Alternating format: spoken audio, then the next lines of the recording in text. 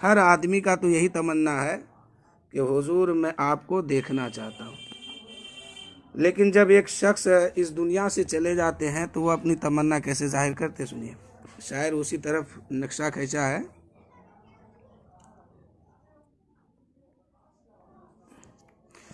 हुजूर आपको देखना चाहता हूँ, हुजूर आपको देखना चाहता हूँ।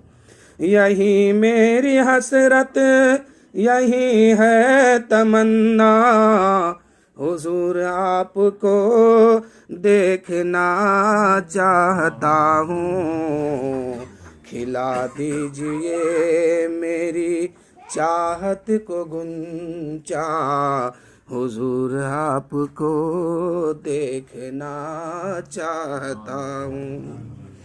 कहीं रोते रोते न बह जाए आँखें, कहीं रुक न जाए ये बेचैन सांसें, कहीं रुक न जाए ये बेचैन सांसें। उठा दीजिए अपने चेहरे से पर्दा, हुजूर आपको देखना चाहता हूँ, हुजूर आपको देखना चाहता हूँ।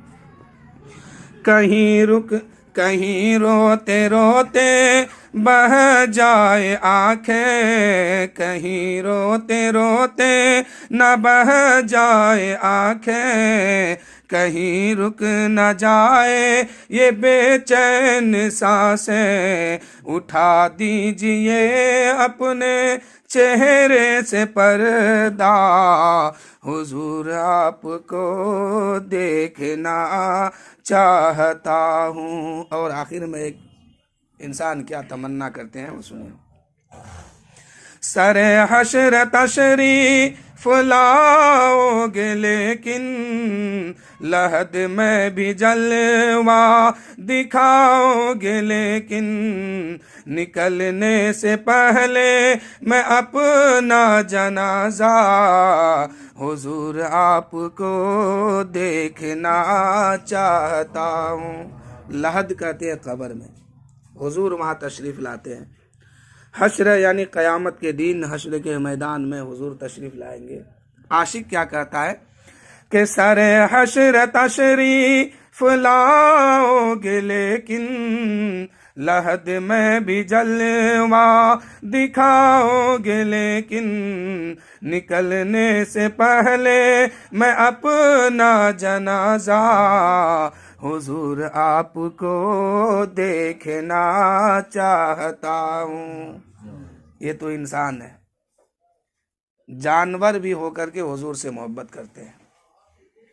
यानी गारे शोर में एक सांप था, कई हजार साल या कई सौ साल पहले उसे ये बात मालूम हो चुकी थी।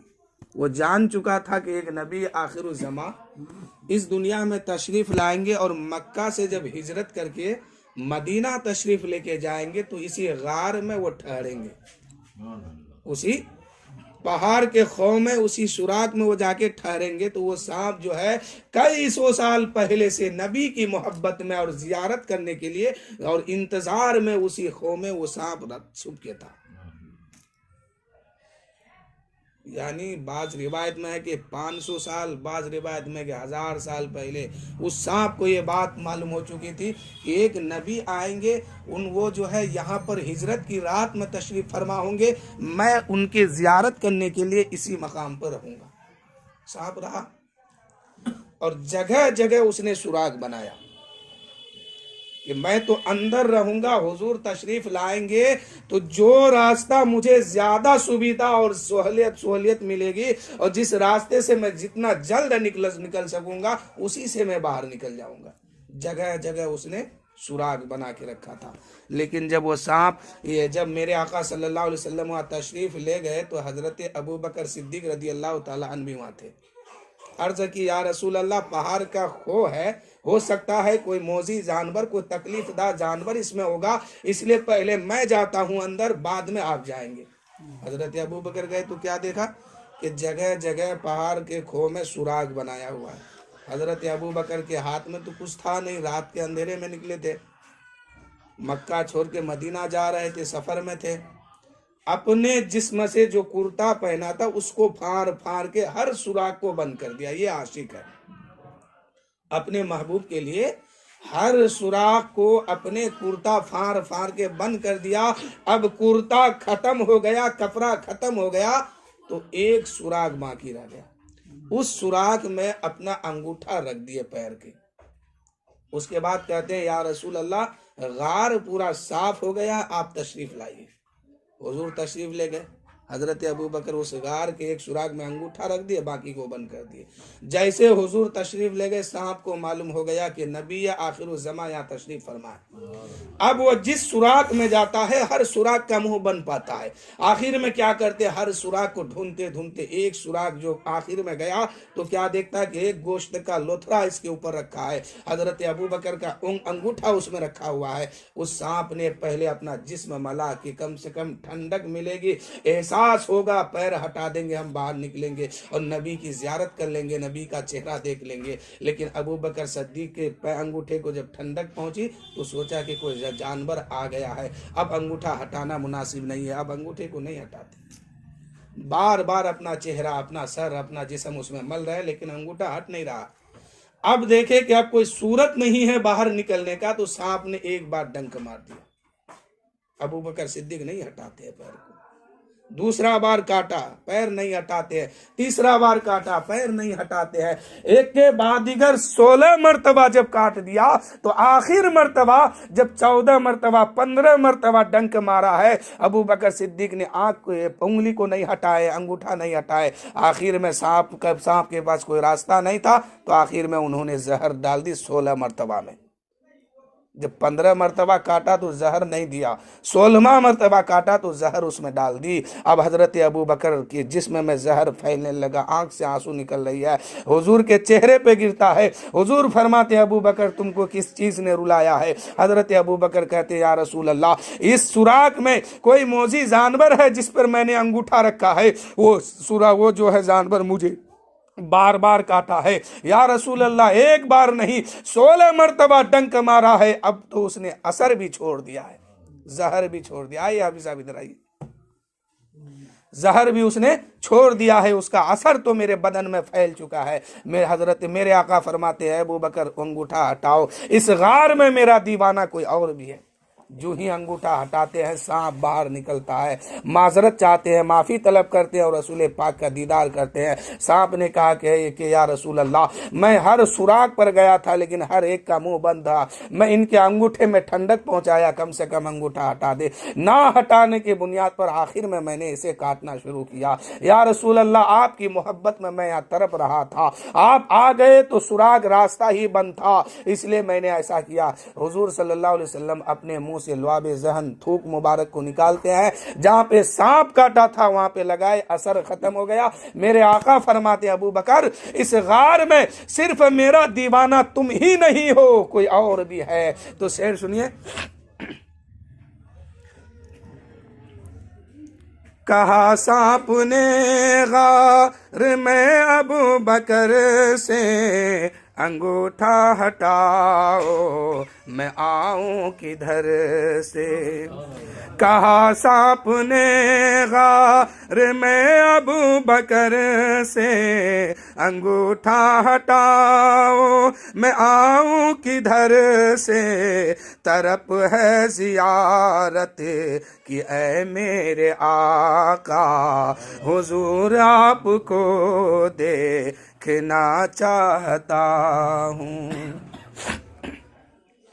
कहा सांप ने गार में अबू बकर से अंगूठा हटाओ, मैं आऊं किधर से। तरफ है जियारत कि ऐ मेरे आका, तरफ है जियारत कि ऐ मेरे आका, हुजूर आपको देखना देखना चाहता हूँ। अब सांप बाहर निकला है तो अबू बकर से कहते हैं, अबू बकर से माजरत चाहता हूँ, निकलते ही सांप निकलते ही बाहर यही सांप बोला। अबू बकर से माजरत चाहता हूँ, निकलते ही बाहर सांप बोला। अंगूठे में इसी वास्ते मैंने काटा, हुजूर आपको देखना चाहता हूँ। और अगला शेर देखिए, मदीने में तशरीफ लाए सहाबी, कहा बस यही एक तमन्ना है मेरी। मदीने में तशरीफ लाए सहाबी, बस यही एक तमन्ना है मेरी। मैं नाबीना हूँ मुझे को कर दीजिए बीना, मैं नाबीना हूँ मुझे को कर दीजिए बीना।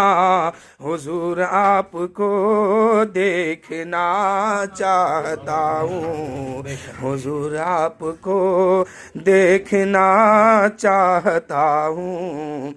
यही आला हजरत का था तमन्नारा, यही आला हजरत के दिल का था नारा। यही हम गुलामों की भी है तमन्ना, क्या उठा दीजिए पर्दा दिखा दीजिए चेहरा।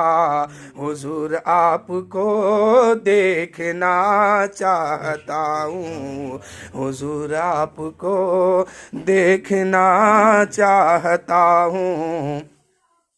निगाहों को कासा बनाए हुए हैं, वज़ू आंसू से कराए हुए हैं।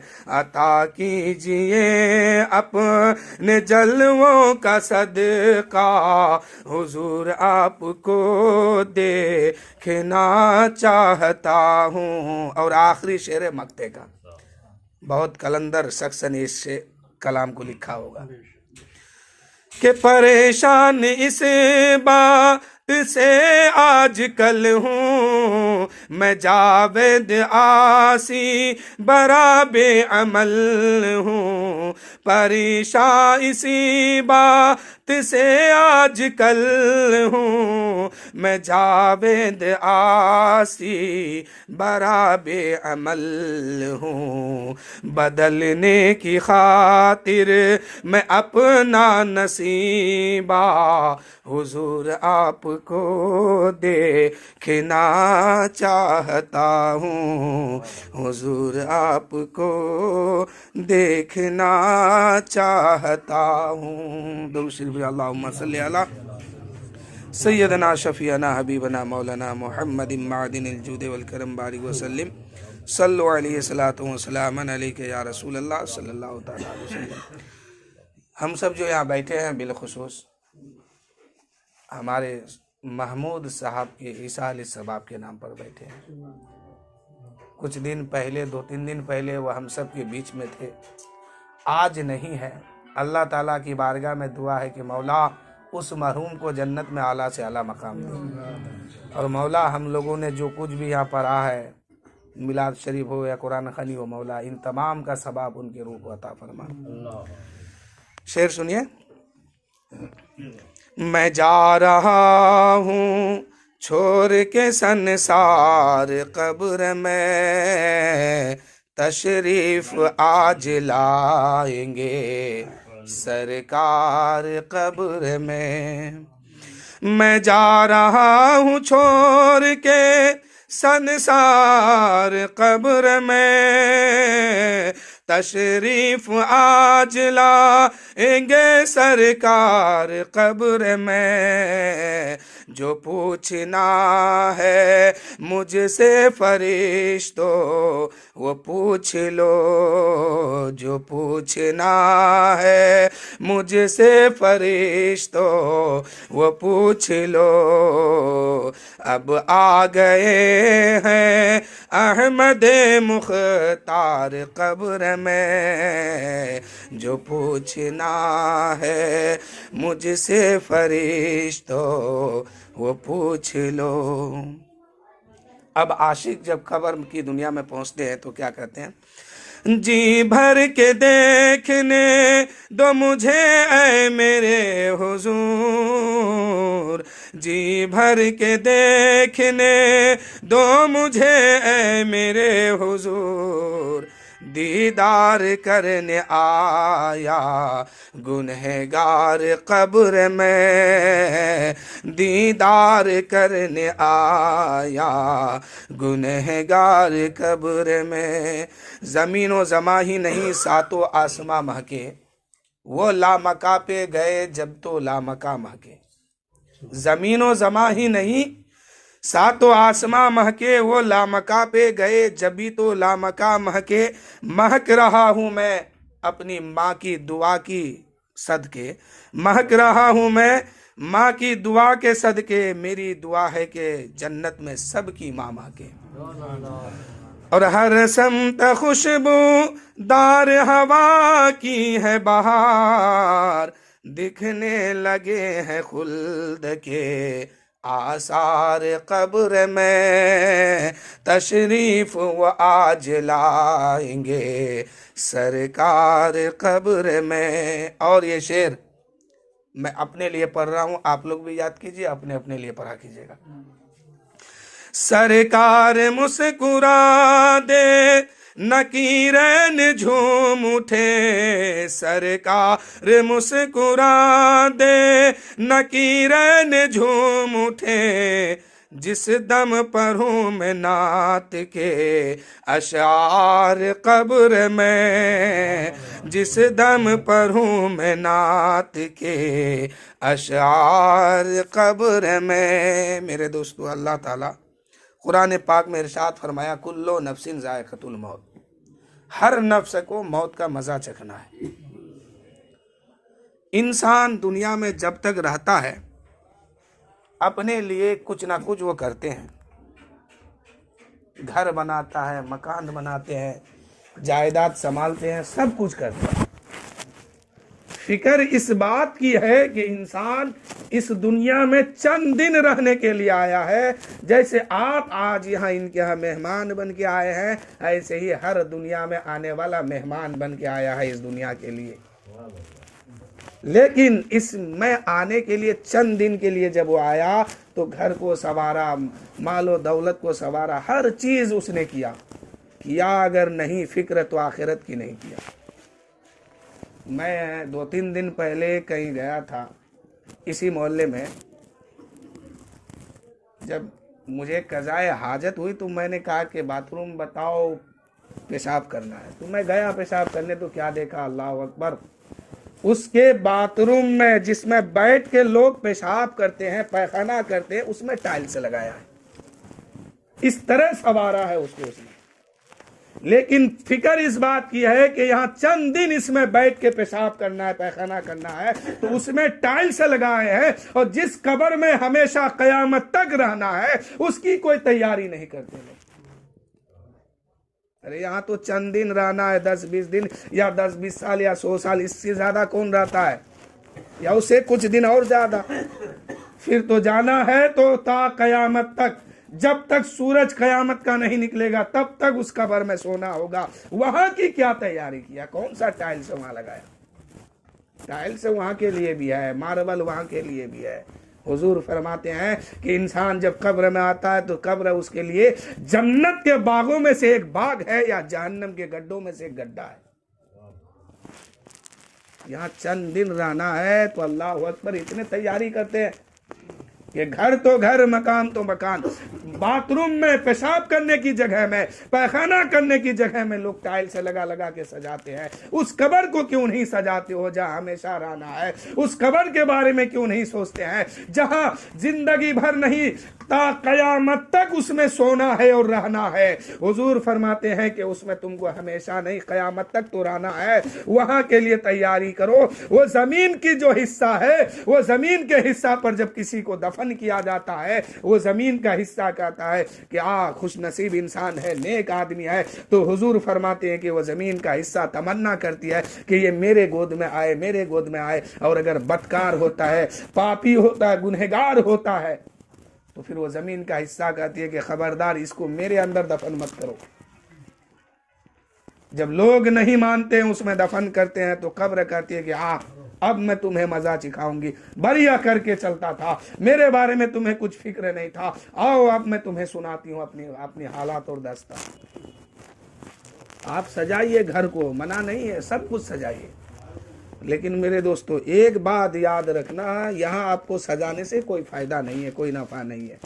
चंद दिन आपको यहाँ रहना है, उसी हिसाब से आप काम कीजिए। जहां हमेशा रहना है वहां के लिए फिक्र कीजिए। ये मत समझिए कि हम दुनिया से चले जाएंगे, कब्र में पहुंचेंगे, जन्नत की खिड़की खुल जाएगी। नहीं, जन्नत की खिड़की खुलने के लिए और जन्नत की ठंडी हवा कब्र में एहसास करने के लिए और महसूस अगर करना है कि जन्नत की हवा आ रही है, और हवा जन्नत की अगर लेना है कब्र की दुनिया में, तो जन्नत की खिड़की दुनिया में बनाना होगा। जन्नत की खिड़की दुनिया में खोल के जाना होगा। कब्र की दुनिया में चाहे तो जन्नत की खिड़की खुलेगी या जहन्नम की खिड़की खुलेगी, जैसा करके जाएंगे वहां वही खिड़की खुलने वाली है। अगर नेक काम करके जाएंगे, यहां जन्नत की खिड़की बना के जाएंगे, तो वहां कब्र में जन्नत की ठंडी हवा मिलेगी, आपके लिए खिड़की खुलेगी, मेरे लिए भी खुलेगी। और अगर अमल बुरा है तो जन्नत की खिड़की नहीं, जहन्नम की खिड़की खुलने वाली है। तो तैयारी वहां का कीजिए। यहां तो आपको कम से कम कितना दिन रहिएगा, और बुढ़ापा में आप पहुंचते हैं तो आप ही की औलाद आपकी बात को अनदेखी कर देता है, नहीं मानता कि बूढ़ा हो गया, बार बार बकर बकर करता है, कहता है कि नहीं। समाज में हम देखते हैं, आप भी देखते होंगे कि आप बूढ़ा हो गए हों तो इस बात को महसूस भी करते होंगे कि हमारे बच्चे जो है, हमारी औलाद जो है, अब हमारी बात पर तवज्जो नहीं देता है, हमारी बात को मानता नहीं। क्यों? कि वो सोचता है बूढ़ा हो गया, बकर बकर करता है। क्या किया आपने इतना महल सजा के? काश अगर इसको दुनिया समझ करके सजाते और आखिरत की फिक्र रखते कि हमेशा हमको वहां रहना है, उस दिन कोई काम नहीं आएगा। हुजूर फरमाते हैं कि इंसान का 3 भाई होता है, 3 दोस्त होता है। अगर आपसे कोई कहे कि मुझसे तुम दोस्ती करते हो, मैं तुम्हारे मुसीबत में साथ नहीं दूंगा, तो क्या आप उससे दोस्ती करेंगे? हरगिज नहीं करेंगे। इसी तरीके से इंसान का 3 दोस्त है, 3 साथी है, 3 भाई है। हदीस के मफहूम सुनिए, हुजूर फरमाते हैं कि इंसान का जो 3 भाई है, एक साथी उसका कहता है कि जब तक तुम्हारे अंदर सांस चलेगी मैं तुम्हारा साथ देते रहूंगा। ये पहला भाई है। दूसरा साथी कहता है कि जब तक तुम कब्र की दुनिया में नहीं पहुंच जाते हो तब तक मैं तुम्हारा साथ दूंगा। अब तीसरा भाई कहता है, तीसरा साथी कहता है कि जब तुम दुनिया में रहोगे तब भी मैं तुम्हारे साथ रहूंगा, कब्र की दुनिया में पहुंचोगे वहां भी मैं तुम्हारे साथ रहूंगा, और अगर अल्लाह ने करम फरमाया जन्नत में गए तो वहां भी मैं तुम्हारे साथ रहूंगा। अब हुजूर फरमाते हैं इंसान का पहला भाई, पहला साथी कौन है? उसकी दौलत है, उसका धन है, दौलत है, पैसा है, रुपया है, मकान है, जायदाद है। ये क्या है? उसकी दौलत है। ये दौलत कहती है कि मेरे भाई तुमने तो मुझसे दोस्ती किया है, लेकिन जब तक तुम्हारे अंदर सांस मौजूद है और ये चल रही है तब तक मैं तुम्हारे साथ दूंगा, जैसे सांस रुकेगी मैं तुम्हारे साथ छोड़ दूंगा। उसका माल कहता है, उसके जायदाद यही कहता है। अब हुजूर फरमाते हैं कि उसका दूसरा साथी हुआ है कि उसकी औलाद है, उसके अयाल, उसके खानदान है। ये कहता है कि जब तक मैं तुम्हें कब्र में दफन नहीं कर देता हूं तब तक मैं तुम्हारे साथ रहूंगा। कब्र में तुम दफन हो जाओगे, हम पलट के आएंगे, तेरा अमल जाने तू जान, तेरा मामला तू समझ, हम अपना मामला अपना समझेंगे। ये औलाद है, वहां तक साथ देती है। अब हुजूर फरमाते हैं कि तीसरा साथी कौन है? उसका अमल है, उसके अमाल है, अमल है जो उसने दुनिया में किया। अब ये अमल कहता है कि मेरे भाई, तुमने मुझसे दोस्ती किया है, जब तक तू जिंदा था, सांस चल रही थी, तब भी मैंने तुम्हारा साथ देता रहा। जब तुम जनाजे पे लेटे हो उस वक्त भी मैं तुम्हारे साथ था। जब तुम गुस्ल के लिए नहलाने के लिए तुम ले जाए गए, वहां भी साथ था। जनाजे पे रख के तुम्हें कब्र के अंदर दफनाया गया, वहां भी मैं तुम्हारे साथ रहूंगा। और वहां से उठा के तुम्हें हश्र में लाया जाएगा, वहां भी मैं साथ रहूंगा। अल्लाह ने अगर करम फरमाया तुम जन्नत में जाओगे तो वहां भी मैं तुम्हारा साथ दूंगा। तो इंसान को दोस्ती किससे करना चाहिए? जो हमेशा साथ दे, जो हमेशा काम आए, हमेशा हमा वक्त, हर वक्त, ना रात देखे ना दिन देखे, ना पानी ना आंधी ना तूफान, ना ठंडी ना गर्मी, जब कुछ ना देखे तब उससे दोस्ती करे। कि जो जिस वक्त उसको बुलाता है, यानी एक दोस्त दूसरे दोस्त को बुलाता है, चाहे उस वक्त आंधी चले, तूफान चले, पानी आए, ठंडी हो, गर्मी हो, रात हो, दिन हो, अगर बुलाता है तो अपनी जान को जान नहीं देखता, उसकी दोस्ती में कुर्बान होकर वहां हाजिर होता है। तो ऐसे लोगों से ना दोस्ती कीजिएगा। तो अमल कहता है कि तुम जहां रहोगे तेरे साथ में जाऊंगा। तो अमल से दोस्ती कीजिए, अपने अमल को सजा लीजिए। हमारे महमूद साहब दुनिया से गए, अल्लाह ताला उनको जन्नत नसीब फरमाए, पक्का सच्चा नमाजी बन के गए। अल्लाह की बारगाह में दुआ है कि मौला उनसे जो खताएं हो गई, मौला उनको तू अपने हबीब के सदके में माफ फरमा। नसीब देखिए कि नमाजी बन करके तब दुनिया से गए। मौत का कोई ठिकाना नहीं है, कब किसके पास आ जाए। फिर वहाँ कब्र में हाथ मलने के सिवा कुछ नहीं होगा। अल्लाह की बारगाह में ना जाने कितने मुर्दे कब्र के अंदर दफन होने के बाद रब की बारगाह में यही तमन्ना करते हैं कि मौला एक लम्हा के लिए तू मुझे दुनिया में भेज दे, मैं तेरी इबादत के सिवा कुछ नहीं करूंगा। रब फरमाता है कि ये अब कानून नहीं है, जो करना था तूने कर लिया है, जो गवाना था तूने गवा भी दिया है। अब ये कानून और दस्तूर नहीं है कि तुमको दुनिया में दोबारा भेजा जाए जिस्म के साथ। तो वहाँ हाथ मलने से कुछ नहीं होगा मेरे भाई। जो करना है यहाँ कर लीजिए, यहाँ कर लीजिएगा तो हमेशा यानी क़यामत तक कब्र में भी सुकून मिलेगी और मैदान माशर भी, और माशर में भी हुजूर के चादर के नीचे छुपने के लिए जगह भी मिल जाएगी और हुजूर की शफाअत से आप जन्नत भी पहुँच जाएंगे। तो यहाँ कर लीजिए, वहाँ कोई मौका नहीं मिलेगा, वहाँ तो हिसाब ही हिसाब देना होगा। तुम इंसान से रब पूछेगा तुमको मैंने इतनी उम्र दी, इसका हिसाब दो। हर दिन का, हर लम्हा का, हर एक आन के लिए हिसाब मांगा जाएगा। कितनी सांसें कहाँ लिया, कितनी बोली कहाँ बोला, कितने बार कहाँ आँख खोल के देखा, सब का हिसाब देना होगा। इसीलिए तैयारी ठीक ठाक रखिए ताकि जब मरे तो कब्र में जन्नत की खिड़की खुल जाए। दौड़ से बड़ी अल्लाहुम्मा सल्ली अला सय्यिदिना शफीना मौलाना मुहम्मदिन मादिनिल जुद वल करम बारिक वसल्लिम सल्लु अलैहि सलातु व सलामन अलैका या रसूल अल्लाह सल्लल्लाहु तआला अलैहि वसल्लम। जुमा का दिन है, ज़्यादा वक्त भी नहीं है, इसलिए कि जुमा के दिन वक्त बहुत कम रहता है। नहाना धोना जुमा पढ़ना सबके लिए होता है। एक कलाम और सुन लीजिए, फिर उसके बाद कि उठा दो पर्दा दिखा दो चेहरा के नूर बारी हिजाब में है। उठा दो पर्दा दिखा दो चेहरा के नूर बारी हिजाब में है। ज़माना तारीक हो रहा है कि महर कब से नकाब में है। ज़माना तारीक कि हो रहा है, महर कब से नकाब में है। और अगला शेर देखिए,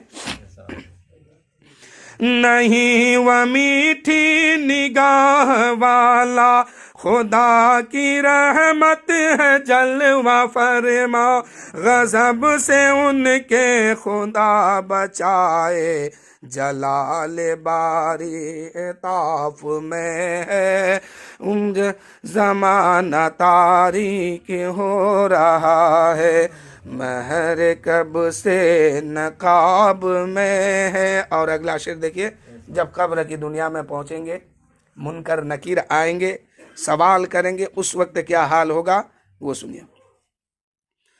खरे हैं मुनकर नकीर सर पर, न कोई हामी न कोई आबर, बता दो आकर मेरे पैगंबर कि सख्त मुश्किल जवाब में है।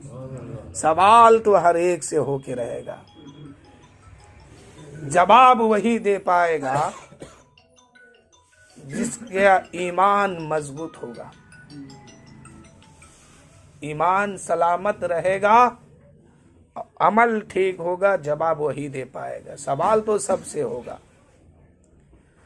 और सवाल इतने सख्ती के साथ लिया जाएगा कि मुनकर नकीर आएंगे, मुर्दे को झंझोर कर उठाएंगे, उसके बाद जो है पूछा जाएगा, मन रब्बो का, माँ दीनों का, माँ कुंत तकुलो फी हक़ हाजिर रजुल। ये 3 सवाल होगा, हर एक से होगा, ना एक कम ना बेशी, किसी से नहीं। किसी साहबी ने हुजूर से पूछा था कि या रसूल अल्लाह सल्लल्लाहु अलैहि वसल्लम, इस्लाम तो फैला अरब से, इस्लाम फैला अरब की धरती से, और कब्र में जो सवाल होता है वह अरबी जबान पर है। माँ दीनों का अरबी जबान है, माँ मन रब्बों का अरबी जबान है, माँ कुंता तकुलो फी हक़्क़े हाज़िर रजुल ये भी अरबी में है। अगर कोई मौलाना आपके सामने आके अरबी बोलने लगे 10-20 मिनट, तो आप उसमें कुछ समझिएगा? कुछ नहीं। क्यों? आपकी बोली ये नहीं है अरबी। साहबी कहते हैं या रसूल अल्लाह, इस्लाम फैला अरब की धरती से, और कब्र में सवाल जो होगा वह अरबी में होगा, तो इस्लाम तो सिर्फ अरब ही की धरती में महदूद नहीं है, इस्लाम तो पूरी दुनिया में फैलेंगे। कभी इस्लाम मक्का से चलेगा तो मदीना, मदीना से चलेगा तो और मुल्क में, हिंदुस्तान, पाकिस्तान, नेपाल, बांग्लादेश, जर्मन, जापान, पूरी दुनिया में इस्लाम फैल जाएंगे। इस्लाम जो है दुनिया के गोशे गोशे और चप्पा चप्पा, कोना कोना में जाएगा। तो या रसूल अल्लाह, अगर कोई भारत में रहने वाला इंसान, नेपाल में रहने वाला मुसलमान, पाकिस्तान में रहने वाला मुसलमान, जर्मन में रहने वाला मुसलमान, दुबई में रहने वाला मुसलमान जब कब्र की दुनिया में जाएंगे, उससे सवाल होगा, मन रब्बों का अरबी में पूछा जाएगा। वो सवाल समझेंगे कैसे? और जवाब तो अरबी में देना है, तो वो जवाब अरबी में देगा कैसे? साहबियों पर कुर्बान जाइए, हर मसले को सुलझा दिया है। वरना अगर साहबी नहीं पूछते तो आज हम इसी सोच में रहते कि सवाल अरबी में होगा, अरबी में होगा, कैसे जवाब देंगे। और इस सवाल के बारे में एक मसलियत और भी है। सबको मालूम है कि कब्र में 3 सवाल होगा, सबको मालूम है कि जवाब ये है, सवाल ये है, मन रब्बों के रब के बारे में पूछ रहा है, माँ दीनों के दीन के बारे में पूछ रहा है, माँ कुंता तकुलो फी हक़्क़े हाज़िर रजुल, हुजूर के बारे में पूछ रहा है। जवाब देना है कि मेरा दीन इस्लाम है, जवाब देना है कि मेरा रब अल्लाह है, जवाब देना है कि मेरा पैगंबर आखिरी नबी मोहम्मदुर रसूलुल्लाह सल्लल्लाहु अलैहि वसल्लम है। लेकिन कब्र की दुनिया में जाएंगे तो सबके जहन से इस बात को मोह कर दिया जाएगा। अब जवाब वही देगा जिसका अमल सही होगा, ईमान दुरुस्त होगा। साहबी कहते हैं या रसूल अल्लाह, हिंदुस्तान में दफन होने वाला आशिक रसूल, हिंदुस्तान के सरजमीन पर कब्र की दुनिया में पहुंचने वाला मुसलमान जब उससे फरिश्ता पूछेंगे मन रब्बो का, तो वो क्या समझेंगे? तो मेरे आका फरमाते हैं, ए मेरे साहबा सुनो सुनो, जो जितना दुरूद कसरत से मुझ पर पढ़ेगा कल जो है कब्र की दुनिया में वो पहुंचेगा तो अल्लाह ताला इस दुरूद की बरकत से उसकी जबान को अरबी जबान में तब्दील कर देगा, उसके समझ को अरबी जबान अता फरमा देगा। तो अरबी समझेंगे कैसे, सुनेंगे कैसे और बोलेंगे कैसे? जो जितना दुरूद हुजूर पर मोहब्बत से पढ़ता है उसकी जबान पर उतने ही जल्दी कब्र की दुनिया में पहुंचते पहुंचते अरबी जबान हो जाएगी। वो अरबी बोलेंगे भी सुनेंगे भी। ये दुरूद शरीफ की बरकत है। तो अपने दुरूद शरीफ, अपने नबी पर दुरूद शरीफ भी पढ़ा कीजिए। कि खरे हैं मुनकर नकीर सर पर, न कोई हामी न कोई याबर, बता दो आकर मेरे पैगंबर कि सख्त मुश्किल जवाब में है। ज़माना तारीक हो रहा है कि महर कब से नकाब में है। करीम ऐसा मिला के जिसके खुले हैं हाथ और भरे हैं खजाने। करीम ऐसा मिला के जिसके खुले हैं हाथ और भरे हैं खजाने। बताओ ए मुफलिस, बताओ ए मुफलिसो कि फिर क्यों तुम्हारा दिल इज़्तिराब में है। उठा दो पर्दा दिखा दो चेहरा कि नूर बारी हिजाब में है। और मक्ते के शेर सुनिए, आखिरी शेर है। करीम अपने करम का सदका लई में बेकदर को न शर्मा। करीम अपने करम का सदका लई में बेकदर को न शर्मा। तू और रजा से हिसाब लेना, रजा भी कोई हिसाब में है। तू और रजा से हिसाब लेना, रजा भी कोई हिसाब में है। अल्लाह ताला कुरान मुकद्दस में क्या फरमाया? कुल्लो नफ्सिन जायक़तुल मौत। मौत सबके लिए है लेकिन जायका के तौर पर सबको मौत का मजा चखना है। अब मौत आती है तो आखिरी जुमला मैं दे रहा हूं, फिर जो हाफिज साहब है कुछ बयान करेंगे, उसके बाद सलाम पढ़ लिया जाएगा, क्योंकि 10 सवा 10 हो गया है, 11:15 तक खत्म बिल्कुल सब काम कर लेना चाहिए। मौत जब आती है तो सबसे पहले क्या चीज छीनती है पता है? इंसान का नाम छीन लेती है वो। इंसान का मौत सबसे पहले आकर के इंसान का नाम छीनती है। अब जब कोई इंसान इंतकाल करते हैं, अब उसको कोई देखने वाला आता है तो अब ये नहीं कहता है कि फला साहब कहाँ है। अब जो भी आएगा तो ये नहीं कहेगा बाबा कहाँ है, दादा कहाँ है, परदादा कहाँ है, चचा कहाँ है, फुफ्फू कहाँ है, खाला कहाँ है, मामी कहाँ है, कुछ नहीं कहेगा। सब यही कहेगा कि मरहूम कहाँ है। मौत आते ही उसकी डिग्री को छीन लिया, उसके कैरेक्टर को छीन लिया, उसके नाम को छीन लिया, शोहरत को छीन लिया।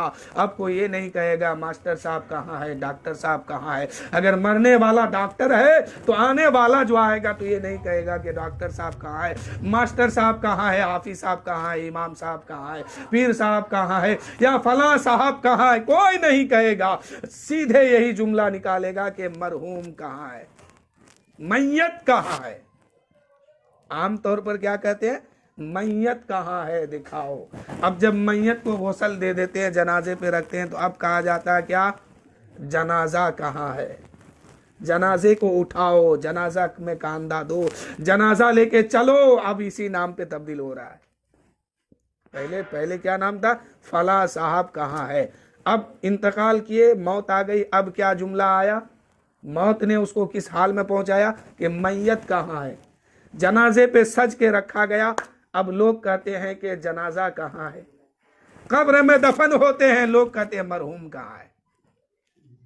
तो इंसान को अपने आप पर गुरूर किसी बात का नहीं रखना चाहिए। इंसान क्या है? मिट्टी का एक खिलौना, इसको जाना ही पड़ेगा।